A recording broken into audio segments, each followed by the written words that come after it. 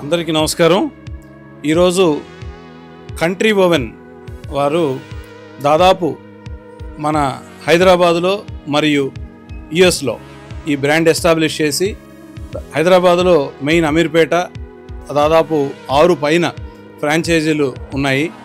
ఈరోజు ఇక్కడ నిజాంపేటలో హైటెన్షన్ లైన్లో ఒక ఫ్రాంచైజీ కూడా ఓపెన్ చేయడం జరిగింది. దాని ఎండి గారు మెయిన్ మన కళాధర్ గారు, మరియు ఇక్కడ ఫ్రాంచైజీ తీసుకున్న వాళ్ళు అభిలాష్, వాళ్ళ బ్రదరు అరవింద్.